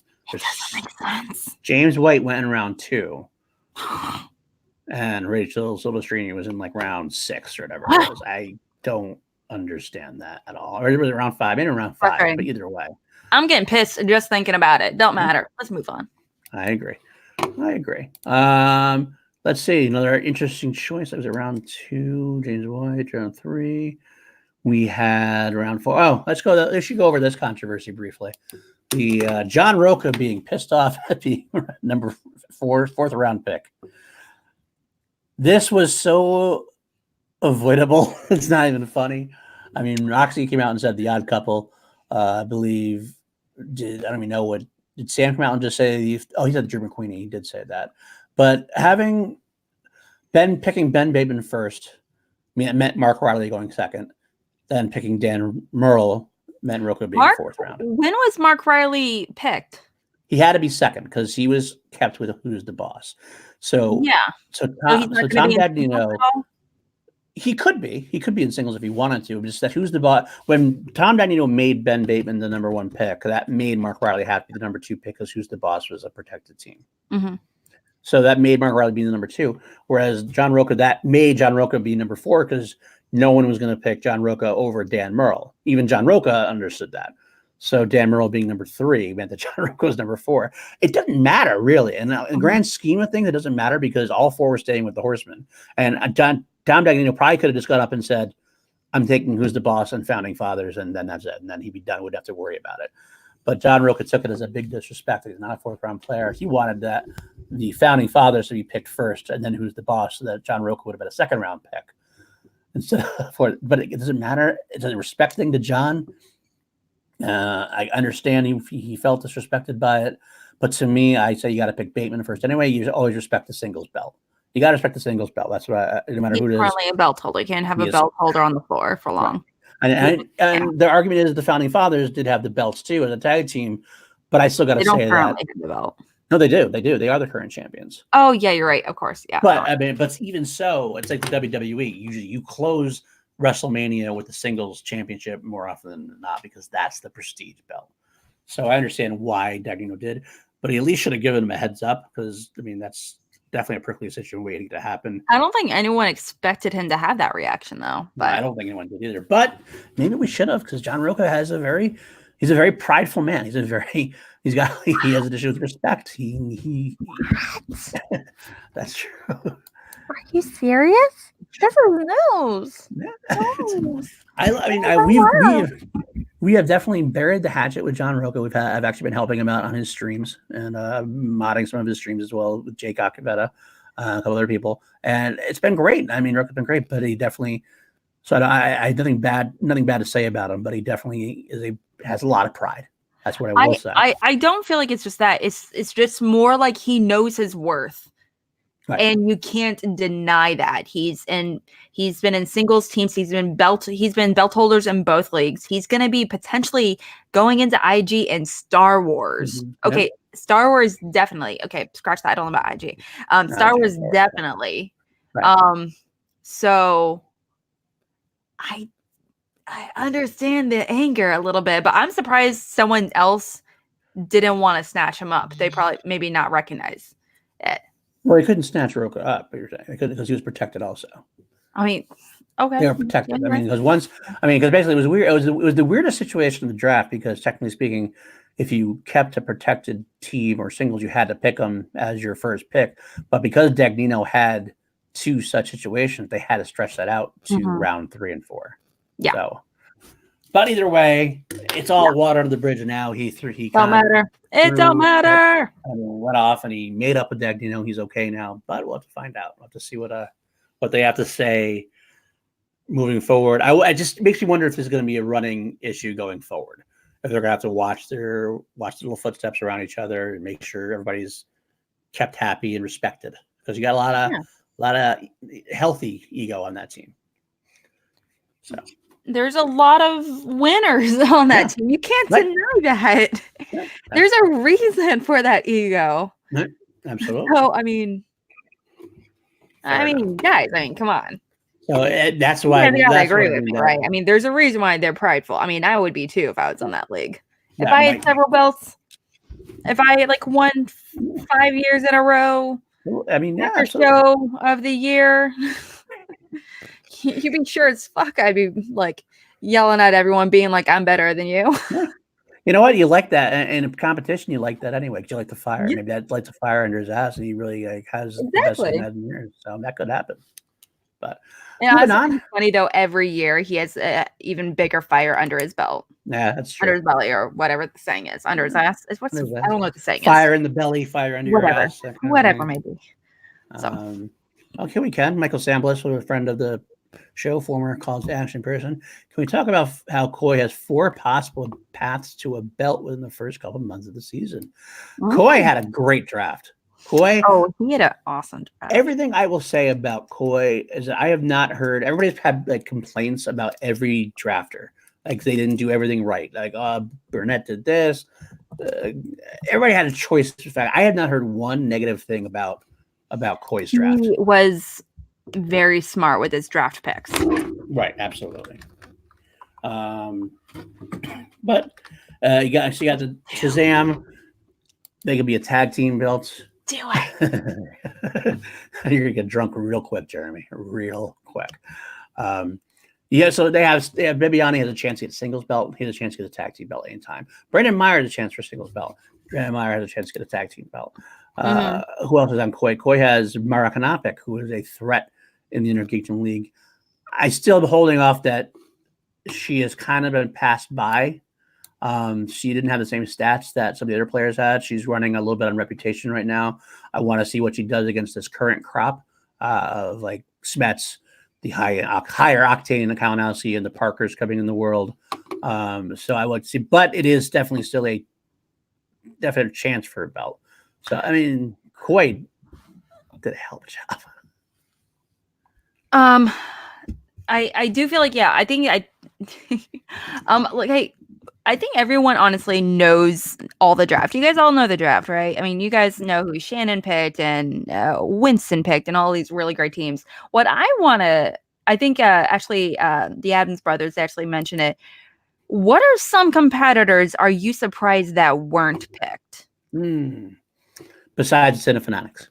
Of course, because you guys are free agents.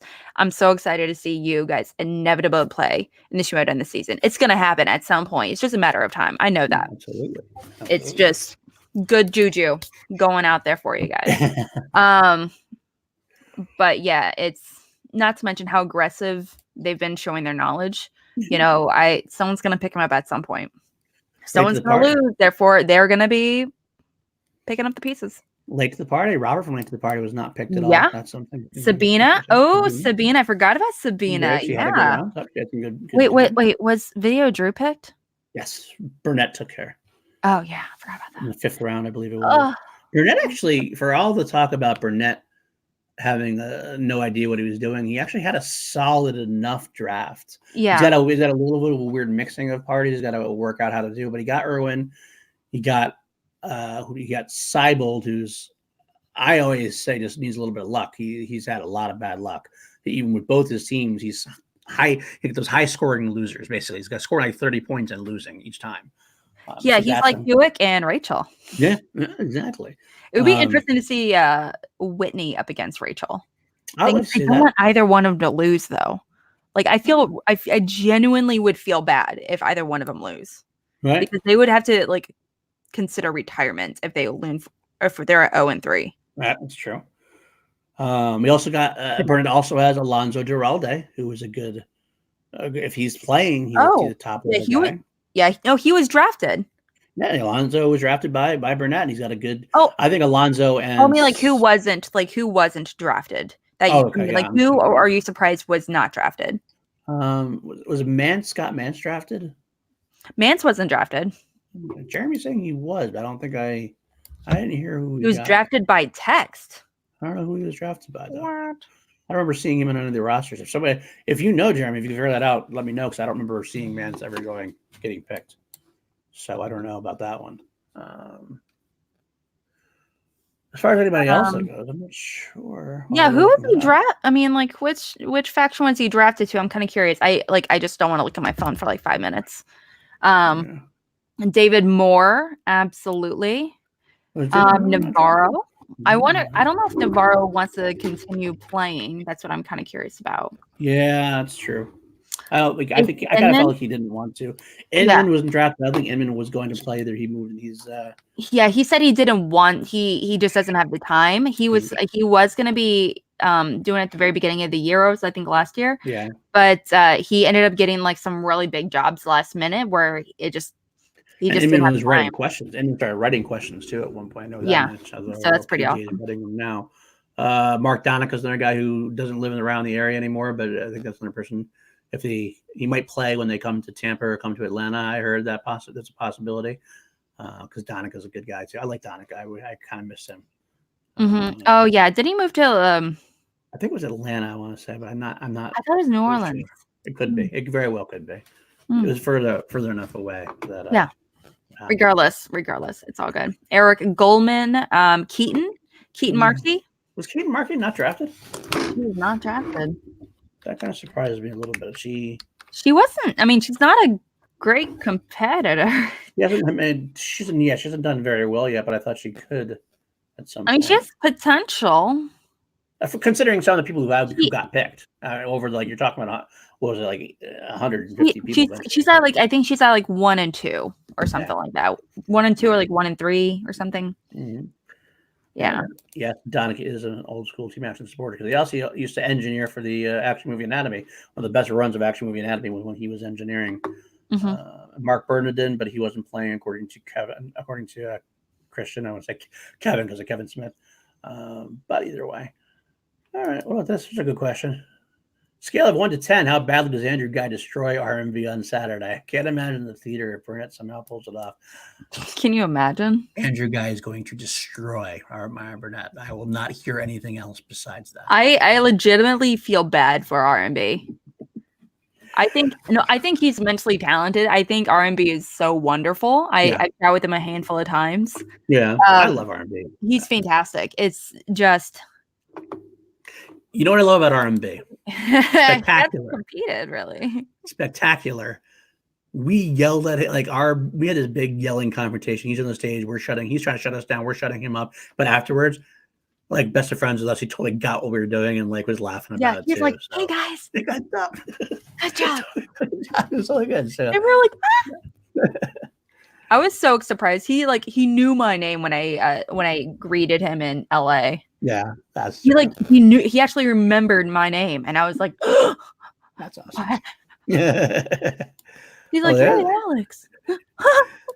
Oh man, that's actually what I didn't think about. Burnett hitting Star Trek on the wheel and TKO and Guy would be the funniest thing ever. I don't know if Star Trek probably can be on the wheel. I don't know if R&B. I don't know if R&B knows that Star Trek could be on the wheel. If that makes sense. That's fair. I don't feel like he thinks so much about it. He can make some tough pulls. R&B is not as bad as people think he is. I think Andrew Guy isn't as bad as people think he is either. I think so. Guy is better than. Guy has immense potential. That's all I can say. Let's just go ahead and move on though. So I think the only other thing really that was worth talking about as far as the draft goes is Shannon breaking up the Wildberries. That was the best moment of the entire draft. Move because it doesn't matter. Like that was a move where Shannon said, "I don't really care about like the strategy of the game and winning the game. I just want to fucking break some hearts." I'm just going for the theater right there. Of course, the one thing I will mention is that Winston made it easy on her because he picked Makuga, which means Shannon actually got the better Wildberry as far as actually playing goes. Yeah. We called it Dewberry for a reason. He actually had a perfect round. He actually played it. I mean, Makuga has those wild pulls every once in a while, but I think by far that Dewberry is a more consistently good player. I'm kind of curious if she's actually going to drop him as a player, or if she's actually going to keep him just to fill. I think she would keep him, but he would fill a slot, a very valuable slot though. I don't know. I don't think there's more anybody else out there unless he might. It could be a trade. It could be a trade possibility at some point, but at this point, he doesn't want to. I think he doesn't want to. She doesn't want them because if she drops them, then Winston can pick them up and reignite the Wildberries like that. And I think she'll do anything to keep that from happening because that's her heel moment right now. Mm-hmm. So I don't know. Well, you know what? That's good for us as far as a recap goes. We did go a little longer than we usually do. On that. Absolutely. So why don't we go on moving right into speculate and listen. That's right. We'll do a quick look into this weekend where we go to New York City. Lucas, can you hear me back there? Where are you, Lucas? You could come on the screen. Because I'm going to be in New York. Lucas is going to be in New York. We got Jake in New York. We got Billy in New York. Mm-hmm. Actually, a lot of people are going to be in New York. I think Danny's going to be in New York. A whole bunch of people are going to be in New York. Kim's going to be in New York. I thought she was trying to, but she didn't think she could. No, not Dan. Danny Cost. Not Danny Joy. Oh, nice. Kim is going to be in New York, and who you don't know who that is? That's my wife. There he is. There he is. You're talking about Going to New York. Something about New York. One of you guys is going to New York, and we will see you there. Mariano will be in New York, of course, too. So I can't wait to see you, Lucas. You're my best friend. You too, Paul. You too. I sadly will not be there. However, Lucas, in this beautiful, majestic beard, will be going in my place. So jealous of that beard. I wish I had girl beard. My job, I can't because of my job. Otherwise, I'd have that majestic beard too. Oh. It's getting pretty Amishy now. So. It is a little Amish, I was gonna say. But anyway, what do we think? So we already started talking about it a little bit. We got Drew versus R&B. I think the theater alone. I think we got to bring earplugs. Oh, you're gonna. That's what happened. Talk to us on the screen, but that's all right. Let's say, you want to come and hang, babe? No? Do you want to hang? No. Too sober to be on camera. Oh, if I don't know if you heard that, but he's way too sober to be on camera. Oh, fair enough. If you want to reference that, please watch our New Year's, where he's totally sober in every way at 2 a.m, where they talk about poutine. That's true. And hot legs. That's right. There's been a very hot legs and hot wings. There's been a little, not so much food talk in the chat today. I'm pretty impressed. About that yeah, Lucas, first the food talk. What's going on there? We noticed we haven't really seen anything about hot wings or poutine or pancakes and waffles or fried chicken. What's up with that? Are you losing your touch out there? Your touch? Huh? Oh, I'm just gonna keep up here. Anyway.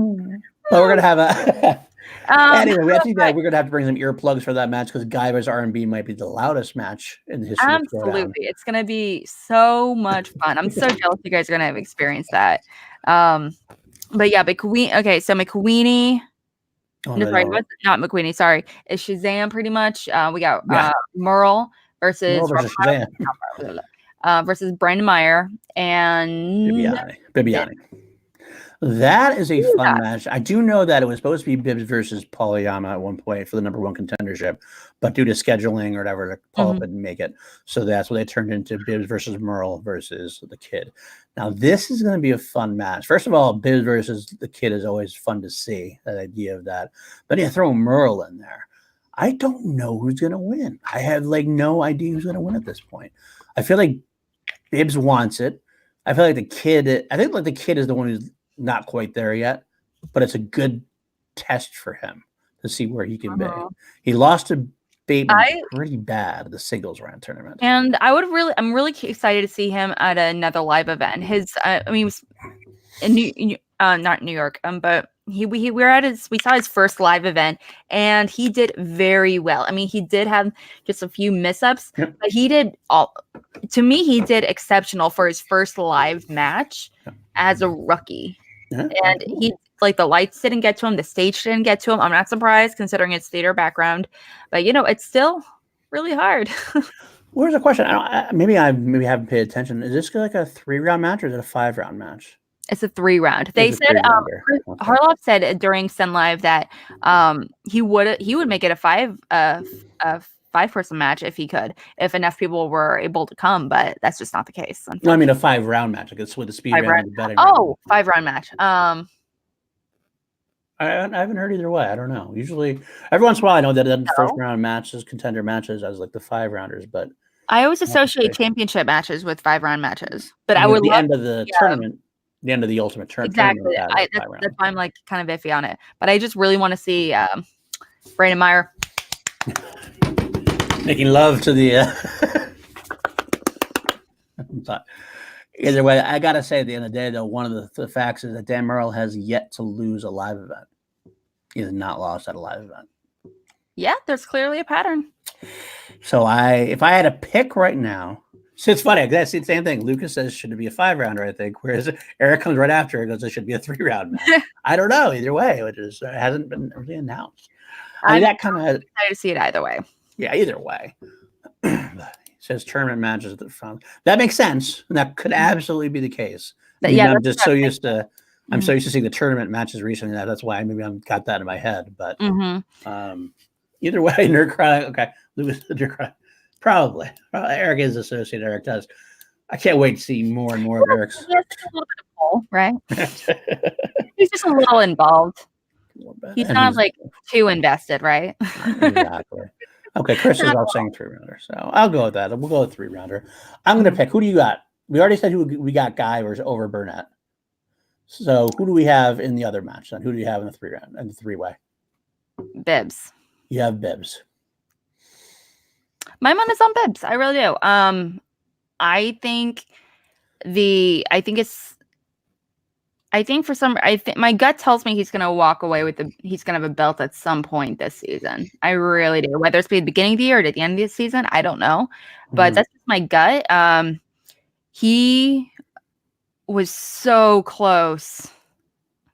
So close. No, you're not wrong.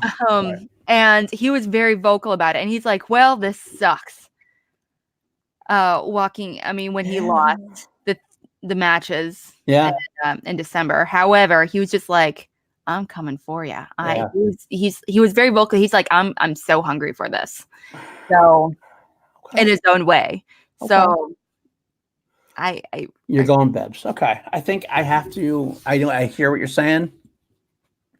My gut says I can't vote against Merle until he loses in a live event. Until he loses, I got to keep voting Merle. I think Merle's gonna do it. Do we have any Brandon Meyer takers? He did have one. I know. If you check, I think Eric Frederick. I love an upset. Give me an upset. I would love to see an upset. Yeah. So if that happens, then that would be a very fun match. It'd be a very amazing match to see if that's the way. But yeah, Eric Frederick did that. I'm going with the kid, taking the kid, and I wouldn't mind seeing that. I'd love to see because I want to see him have a blast of a year this year. That's what I'm hoping for. Mm-hmm. Oh, Jeremiah is also going to take the kid. Okay, all right. But I think at the end of the day, it's still going to be Dan Merle. But and also a quick note on New York weekend that we got SEN Live. SEN Live is going to be live in New York. There you go. I took the kid, and I think Bibbs and Aaron are going to offset each other. Interesting strategy. I'm so here for it. He could sneak in. That's true. So either way. Okay. Oh, you know what? One more thing. Let's actually question about this. Do we have a prediction about what the surprise at the end is going to be? Because every live event has that little teaser or whatever. You know, like where somebody comes out or there's a video screen and somebody makes a challenge or something. I think it's going to be the first big challenge of this season. And I think it's going to be something to do with corruption, to be honest. Maybe it's something to do with rookies. Maybe it's corruption, coming out swinging, issuing a challenge right out the gate, being like, no, you don't deserve the belt or something, and going out for it. I don't know. I'm with you on that. You know what I think it's going to be? I think it's going to be corruption issuing a challenge against the family, because the family has the number one contendership match still that they have. So either corruption will come challenging for that number one contendership, even though Shazam should deal with it too, maybe, but I think corruption will challenge the family for the number one contendership match. And of course, Guy's never going to back down from a challenge from Mike. That's just my heart. I want to see Guy versus Kalinowski just jibber jabber. That's what I want to see. I think that'd be great. But that's not my prediction on that one. So yes. Anyone in the chat got any predictions, or anyone else want to throw stuff in there? Because we're going to go to our chat questions. We're going to have a kind of a short abbreviated chat sessions. So it is going to be New York, so Video Drew might be involved. That's true. She's going to be there. That's absolutely true. Maybe someone from the Den as well, though, because Kate Mulligan is in New York as well. I was saying, Video Drew demanded trade. She go to the jungle, and they said 1 week to make it. That's true. That she did on the Facebook. She did say something about wanting to go to the dungeon. So I don't know. I'm interested to say that. She didn't want to go to the Den? No, she said dungeon, which is just kind of surprising. Because I think Kate has already said it's going to be Paul and Tom. Like, that's not it's not going to happen. Yeah, I can see that. So I don't know. I'll have to see. I mean, I don't know who she would, we haven't really seen anyone trade or anything. But, we'll see. Right. Anyway, regardless. How mad will I be when I heard Bateman in front of me? I won't be mad. I'm Team Guy. You know that, Jerry. I'm Team Guy. You can hear Bateman in front of me. That's fine. That's not going to bother me. But anyway, while you're getting your questions in, should we? Let's just go ahead and move on to Call to the Network. Okay. Yes. Okay. So tomorrow night is a chilled action. 8:15 here, 8:15 Pacific time, and we're going to be interviewing Chance Ellison. That's going to be so should be a fun episode. He was actually, I think, one of our first interviewees, not chill, but back in the old interviews on Call to Action.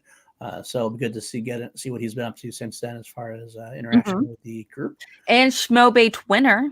And Schmobait winner, that's true. It's been a chance kind of week here on Call to Action. Control. So that was a great match, actually. Everyone should go back and watch that match. That Schmobait. It was Chance Ellison versus Rachel Silvestrini. It was fantastic. I would highly Harloff even mentioned it the day after on Sun Live. Absolutely. So that's where we are. We have some other matches for chill. We got a couple of iron. I don't know what that saying is. Irons in the fire, whatever it is. We got a lot. We haven't anything planned as of next week, but we have some. We're still talking to Mark Ellis. We're still talking to, of course, John Roca. Still talking to a lot of people that we have plans coming on. Ben Goddard, the Bagel Boy himself, and so we'll get some news there. Hopefully next couple of days. Beyond that, we do not have a Schmobates this week, correct? As far as we know at this point. I'm still kind of up in the air, guys. I really want to host this Schmobate. However, some things I'm still wishy-washy on. Some things have fallen through. So if I'm going to be hosting a Schmobate, I just want it to be a good one. I don't want to do a half-ass episode of Schmobates, obviously. So if necessary, I might not do one this week. I'm not sure. Fair enough. But we'll see. We'll see. But we'll see how that goes. Yeah, but it's been like really crazy, just like getting back into the swing of things and everything, a whole bunch of stuff going on. But yeah, we have a bunch of other stuff going on as well. With we have a ladies' night coming up here soon. With hotcakes hosted by with our our president per se, Dylan. And yes, Dylan and Nat, they host that channel. They recently had an episode with Chandru, which was really fun. Definitely check it out if you can. But yeah, there's been a lot of things we're looking to try out over the next few months. That's for sure. I'm sure we'll have a reaction to New York probably on Sunday. I think Kelsey will probably be back next week to host Call Live, and there'll be a reaction to Sunday's event, and we'll go from there as well. So. Definitely a lot of live footage coming in New York. Let's see if we have anybody who has any questions, since we'll just jump right into the last segment is the questions from the chat. Questions from the chat, indeed. And I already answered that one. Do you guys even have questions for us? Paul, why don't you like winners like Bateman? Well, Corey, because Bateman's a traitor. No, let me tell you, honestly, all whatever aside, I was rooting for Bateman to win the belt in Spectacular. Yeah. Because he worked his ass off and definitely deserved it. He does. Definitely, but I'm going to be team Guy for life at this point. So if guys are facing Ben or any kind of thing like that, I will always be on the side of the winner, the real winner in life, Andrew Guy. But let's see. What? I'm sorry, but what is this? I like to see Tom face Janine just so people can realize how overhyped she is by the rest of the competitors when she gets TKO'd. That's not very nice. I disagree entirely. I mean, if Tom versus Janine would be a good match, Tom might win.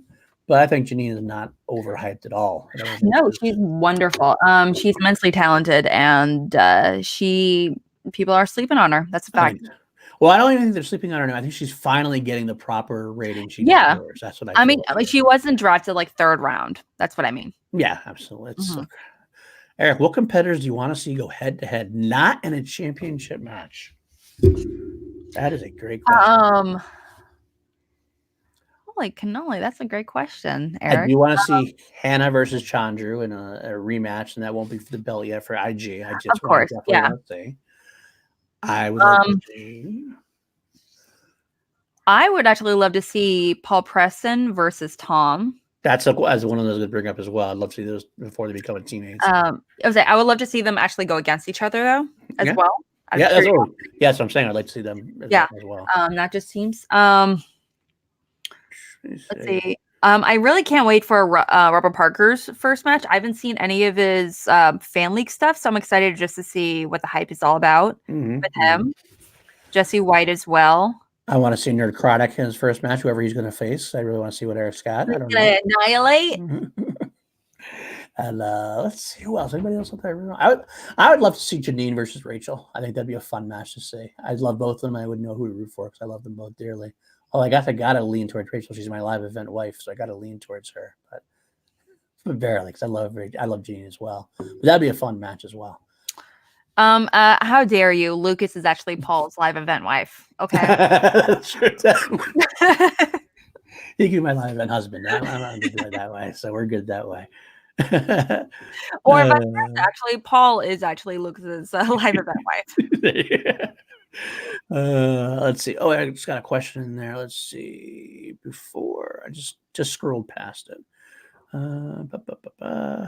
Okay, Danny Coast. Besides Parker, what rookie are you expecting to make the biggest splash? I know Silvestrini, she really hyped up Jesse White quite a bit, so I am pretty curious about him. James White, yeah, James White for sure. Eric, I haven't seen you play at all. Like, I knew you were involved with a lot of competitors, and I knew you did a lot of stuff with them, but I didn't know that you trained. Sneaky. I see you. But specifically, honestly, I know you're mentioning here Parker is definitely unbelievable. People who don't know him are going to be surprised. I'm not going to be surprised if he completely floors everyone. Mm-hmm. If he gets a perfect game, a perfect match all around, I won't be surprised. Sure. One other rookie that I want to throw out there so hyped is Sean Sullivan. Sean Sullivan, who's going to be entering the Star Wars League. Yes. I haven't seen him play, but I've heard from a couple of different people that he's damn good at what he does in Star Wars. So it'll be interesting to see if he can make a name for himself in a division which needs somebody to kind of step up to face Alex Damon. So hopefully it'll be he'll make a splash as well. I'm really curious to see Mark Hewick though. Bonnie Somerville. Oh, Bonnie Somerville. She, as far as I can remember, her debut and only match was up against Janine, and she lost a little. She didn't lose like hardcore, but she lost like it was like a 17, 14, 15 kind of thing. Right. But I think her returning, I think that would be pretty solid. Also, we can't forget Marisol. Mm-hmm. Heard good things about her as well. Solid. Heard some great things from her as well. Yeah, I remember meeting her out in Orlando. And she is a delight. She's so cute. She's so gorgeous and so sweet all around. So I'm excited to actually see her actually compete. I remember asking a handful of questions. I was like, ready to go. Who directed The Graduate? Mm-hmm. Be like, what 2 war movies were released in 1972? Go. And she did good, huh? Oscar-winning war movies. Go. Okay. Just out of curiosity, trying to gauge her, and she's like, "What? This 1968?" And I was just like, "Girl, you got them right." So I was really good for her. So, I'm really psyched for her. Jerry, okay. Why will the Dungeon win the faction war this year? I don't know if they will, but if I had to make a prediction as why they would win if they were to win, I would say it would be because they cornered IG. And they made some good trades, and their rookies panned out. That would be why, if they were to do it. Because otherwise, right now they're in a hole. I think comparatively, Kevin and John Kaiser both said they are pretty much where they want to be. And I never count Kaiser out because he's crafty as hell. So I never know what he's thinking or what he's doing. So I can't really count him out. So I could see him coming up with something great. I am a little, I don't want to say concerned, but I am surprised that he kept Zipper. Yeah. Although Zipper is underrated as well, I think. No, I mean, that's the thing is he is underrated. And I feel like he's immensely talented and he's going to knock everyone out of the park this season. I'm just more surprised that he kept him. Mm-hmm. Specifically because he drafted him a little bit later. Yeah. So I mean, round 3. It was round 3. Was it round 3? Yeah, it was right away. As soon as he got Parker and Smets, the next person he picked was Zipper back in the fold. I can correct it. For some reason, I don't mind that he was 6th round. Yeah. No, never mind then. I'm way off. But yeah, but Smets, he's the last 6 people. Uh-huh. are all rookies. Right. So it depends on how they pan out, and you never know. Yeah, so that's very rookie heavy. I mean, Owen Mugen, Vinny Mancuso. I mean, this sounds like Brittany Young. Oh, Brittany Young. Pretty, I cannot wait for Brittany Young. Okay, scratch this. That she is my most anticipated player of the year. Okay, there you go. Can we just talk about Brittany Young and talk about Glow for the rest? Brittany Young was great in that time. I love Glow. I can't wait for next season to come out. But, I do want to throw out there. I just looking at the draft real quick, not quite necessarily the question, just real quick. One thing I want to throw out there from the rock stars, Jim Vejvoda. I'm not saying his name correctly, but he was far top that. Rocky got him in the 6th round. And the only knock on him is if he is unable to commit to it. Because I was always just thinking, if Roxy can get him to commit to it, he is a top tier level player. You could have a round 6 pick be playing like a number first or second round pick. Who would you be paired up with, though? I don't know. I'm not sure if who you could like. You'd have. Who else does she have? She has a lot of rookies towards the end, I believe, as well. David Del Rio. Actually, he could be with David Del Rio, which would be a good team because he actually was underrated as well. I think he's one of those guys who lost but played well. Yeah. I know he went up against Oyama, so yeah. So, but even as a singles player, I think Vejvoda could be. He's got the knowledge level if he can just commit to the. There you go, Vejvoda. But once he just pronounced Vejvoda, that's probably better than I probably started totally. Thanks for correcting us. Yeah. So, yeah. So I just wanted to throw that in there. Anything else in the chat? I think we are. No, I think honestly. That's good. That's good. Mm-hmm. So that's why we wrap it up then. And say goodnight to everybody. Yeah. Say goodnight to everybody. We've gone on for over an hour and 40 minutes. So I'm so sorry, guys. We kept you up so late on a Sunday evening. But yeah, so you asked the questions. We answered them. We talked over the award show, the draft. We did so much today. We did a lot for sure. But we definitely look forward to seeing you up in New York and all these slew of new live events. A bunch of us are going to be going to a bunch of events here and there. There's going to be us like everywhere. So that's true. Oh, sorry, Christian. If that is Christian. Sorry, you have to replay it now, I guess, at this point. I guess so. Our very controversial picks today. But also, just want to let you guys know that we are going to be doing a little fantasy draft of our own. So please stay tuned for that. We're going to do a little updates and everything here over the next few months to kind of let you guys know. And just to let you know who we individually picked. It's going to be a little bit different versus a regular draft because we don't really have the option of picking teams. Yeah, I'm going to commission this fantasy league for us. I did some commissioning last year, and I decided that since we don't really have any teams specifically, and we have the 5 teams that were kept, yes, and some ideas of Tom and Paul being put together, but we don't have a list of who the actual teams were going to be. So we decided we're going to pick 8. We have 10 of us involved. 10 out of the 11 call to action people are going to be on this fantasy league, and we have just 8 players, and then now we're just going to score everybody that way.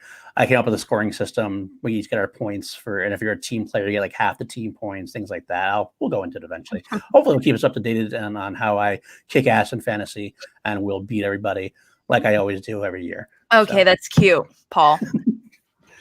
It's wrong. Okay, that's so cute. I did two leagues last year. Annihilate you. And I won both of them. So I'm a defending champion. Nobody fucking cares about defending champion, okay? This is a whole new season. This is a whole new era, okay? You're going fucking down. On that note, thank you so much for joining us today on a Call to Action podcast episode called Live. I still don't know what we're called, but it doesn't matter because we're having a good time. Thank you so much for staying up with us, and you guys have a great rest of your evening and enjoy the rest of your week. We'll see you soon. Love you guys.